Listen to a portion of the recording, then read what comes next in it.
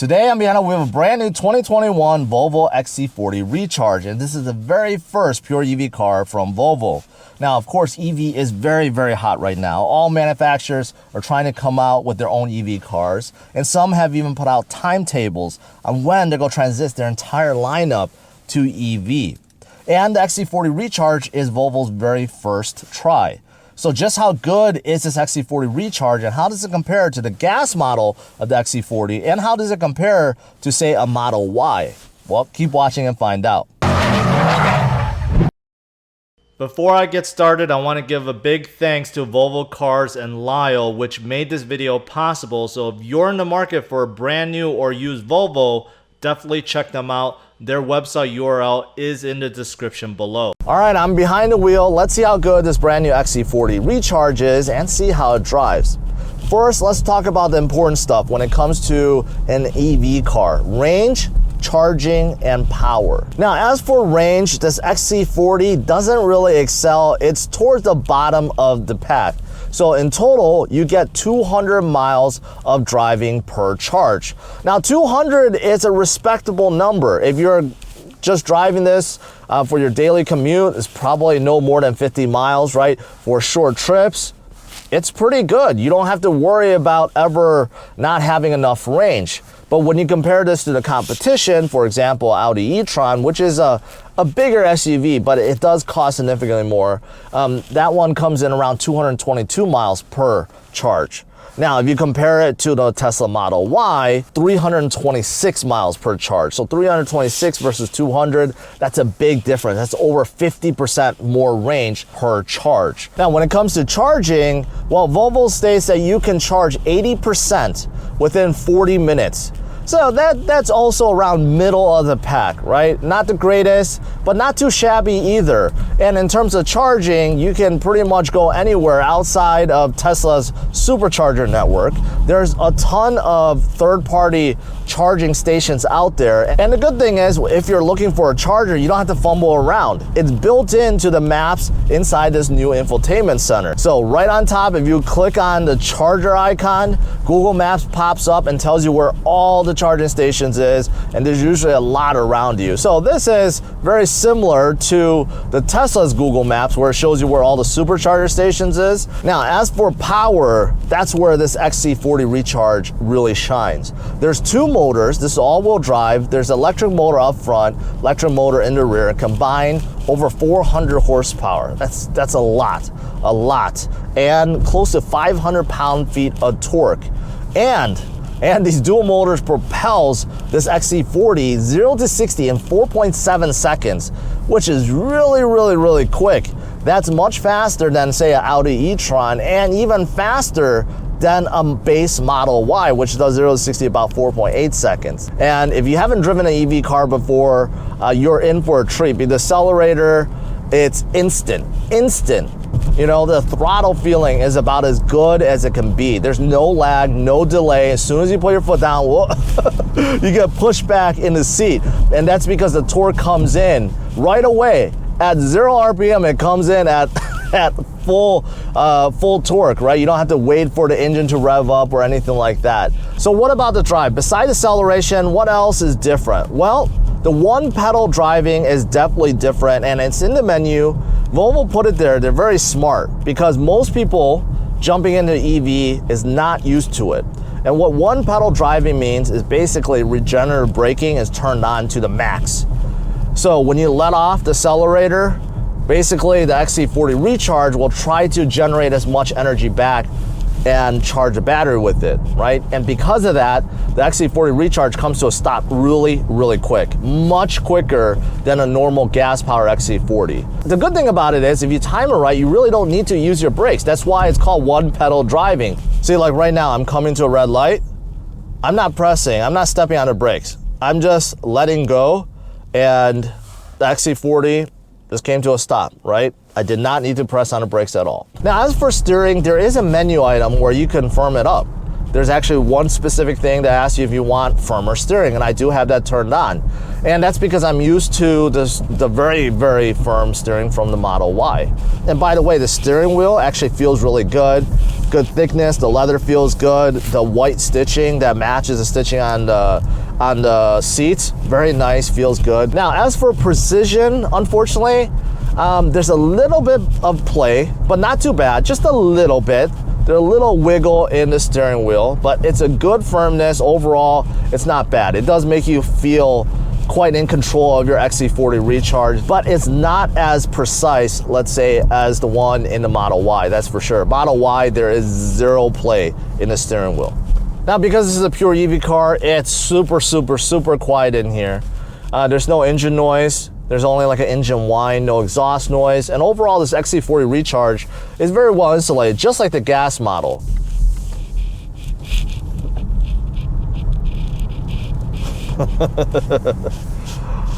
Okay, so I had a little bit of straightaway. Yeah, this is a very, very, very quick car. 0 to 60 in 4.7 seconds, excuse me. And that definitely felt like it. As soon as you stomp the accelerator, you get pushed back like this, like, whoosh, right? And that's because it's instant torque. The bottom actually goes down a little bit, and then you just take off, right? So plenty of power. You're definitely not gonna have any problem at all passing, getting up to speed. Now, I did mention this XC40 Recharge does have all-wheel drive, so I did test out this XC40 just slightly with some medium snow. I would say about 46 inches, and I even purposely stopped at a slight bank, about 15-20 degree bank, and it was able to get out no problem. I never slipped, right? So overall, the all-wheel drive system seems to be pretty good too. Now, what's good about the XC40 is the battery. The very large and heavy batteries on very, very bottom of the car. So actually, it decreases the ground clearance slightly by an inch or two. Now, what's good about that is since the weight is all the way to the bottom, right? Actually, driving-wise, when you're taking corners and stuff, this XC40 feels kind of planted because all the weight is toward the bottom of the car. And also, what's great is cargo room, passenger room, the space inside is not affected. It's the same as the gas-powered XC40. So that's also very good. So if you look in the trunk, you can see behind the second row, there's actually a good amount of cargo room. That's what makes the XC40 so good, because on the outside, it looks so small and tiny, but on the inside, there's actually an amazing amount of room. So on top, you do have a privacy cover, and on the bottom, you have this cover that you can flip open, and you have a good amount of hidden storage underneath. Now, that cover also has some built-in hooks, so if you wanted to hook up groceries, you can. And on the right side, you do have a 12V outlet. And what's great is if you fold down the second row, which folds down completely flat, I'm not joking, it's like very, very, very flat to maximize cargo room. And as you can see, you do actually get a good amount of cargo room with the second row folded down. Now, moving to second row, I'm 5 feet 10 and I have about 2 to 3 inches of leg room and about 2 to 3 inches of headroom. So it's not too bad. Keep in mind, the XC40 is actually considered a subcompact luxury SUV, not a compact SUV. So in terms of room, again, it's very surprising in terms of how much space you get on the inside. Now, this XC40 Recharge does give you a lot of luxury items standard. For example, leather seats. You may laugh at that, but a lot of the luxury cars I test, including very expensive luxury cars, they make you pay extra for leather. You don't have to. And the combination in this XC40 Recharge is nice. You get like the suede inside, suede insert with leather on the outside with white stitching, and overall it looks good and it feels fantastic too. In the back, you get a pair of vents and 2 USB ports, and if you opt for it, the climate package, you get heated rear seats in the back as well. Now, when you move up front, the dash design, center console design, the door panels, everything looks very, very similar to a regular XC40, a gas-powered one. But there are a few minor changes. Well, they're not minor, they're actually pretty big.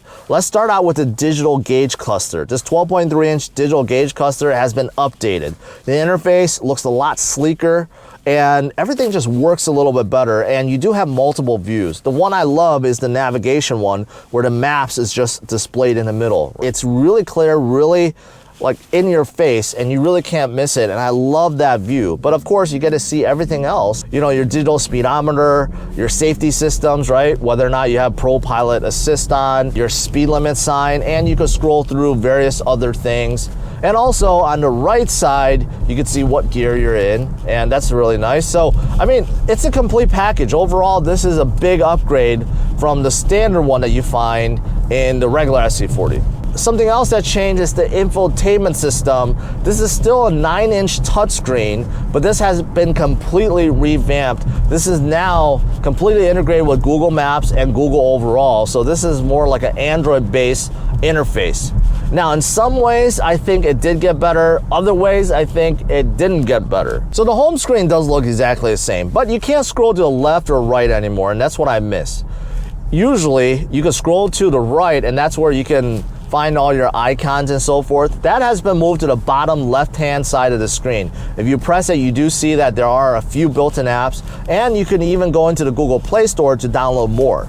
So that has been relocated. Now on the left, right, usually there will be all these system settings, right? Very easy to pick out little icons here and there. That has also been moved to the settings button on the bottom right, right? If you pull that up, there's a whole bunch of stuff to look through, and unfortunately now you have to dig through, and it's a little bit more cumbersome. Now the fact that you can't scroll left or right anymore, that's a personal preference. That's just because I've gotten used to the old system. That's not what's worse. What's worse is the bottom, the climate controls. The icons have gotten smaller, significantly smaller than before. So actually picking it with your fingers is a little bit harder. And you know, the heated seats button and the heated steering wheel, which is optional unfortunately, and also climate controls, it's a little bit more difficult to select. Now everything else under the screen is pretty much the same. You still have a big volume knob and some buttons for like defroster options, hazard lights and stuff like that. Underneath that you have 2 USB ports, a 12V outlet, a wireless charger, that's part of an optional package, and you have a somewhat normal shifter, but not really. In a normal XC40, you do have like a little rotary knob to start the engine. There's no button or knob like that inside this XC40. So if you want to start, simply have the key fob in your pocket, step on the brake, and it's already started. So you do have to get used to that. Now, as for everything else, in terms of just material-wise, you know, the quality is pretty good. Everywhere you feel soft material or leather, right? Also the handles made of aluminum feel and look really good, matched with aluminum on the steering wheel, right? Also the vents have a really cool retro look. So the dash design, I'm a big fan of. It's minimalistic, not as minimalistic as say a Tesla, but when you compare this to say an Audi or a Mercedes or even a Lexus, there's just so much less going on than those other luxury cars. Now, what about the outside of this XC40? Well, it frankly looks like an XC40. You really can't tell that this is a Recharge. The real big difference is the front grille. It's basically been covered up. Rather than the open grille, now you have one big piece that's also painted, but that's really it. From all angles, this still looks like an XC40. And I think that's a good thing, because I think a lot of manufacturers try to make their EV cars look special or cool or stand out, and sometimes it just doesn't work. With this XC40 Recharge, it just looks like a regular XC40, and that's a really good thing, because XC40 is a gorgeous looking luxury SUV. Besides the covered up grille, the front still has that good Volvo look. And I like the headlights, LED headlights, and of course, Thor hammer daytime running lights look really unique, and LED fog lights underneath.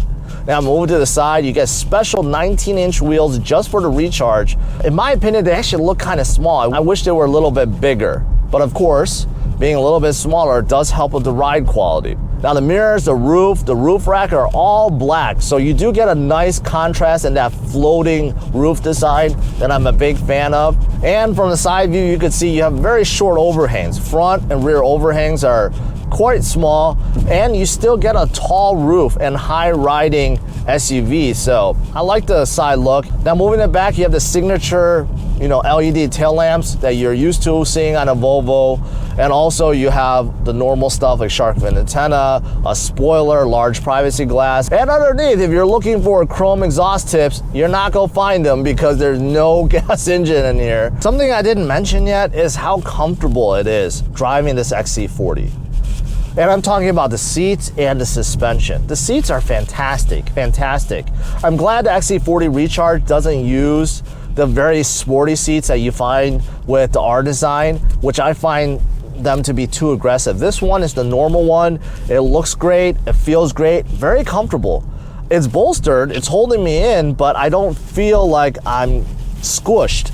I feel like they are holding me in while still being comfortable. So I'm a big fan of these seats. The suspension is also good. On bigger bumps, you'll feel it, but overall, it does do a really good job soaking up most of the bumps.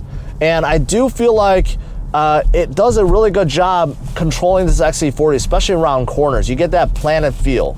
So I do like it. It's a good combination, and I do feel like the suspension is a little bit more comfortable and softer than my Model Y, and that's a good thing. That's a good thing. Model Y sometimes a little bit too shaky, but this XC40 Recharge is a little bit better. As for safety system, you get it all. Emergency braking, warning, lane assist, lane warning, blind spot monitoring, rear cross traffic alert, all standard. Now, unfortunately, the adaptive cruise control is not standard. That's part of a package. This one is equipped with it, but if you don't get that package, then you just get regular cruise control. So unfortunately, you still do have to opt for that. But outside of that, everything else is standard. Overall, I think Volvo did a really good job with this XC40 Recharge.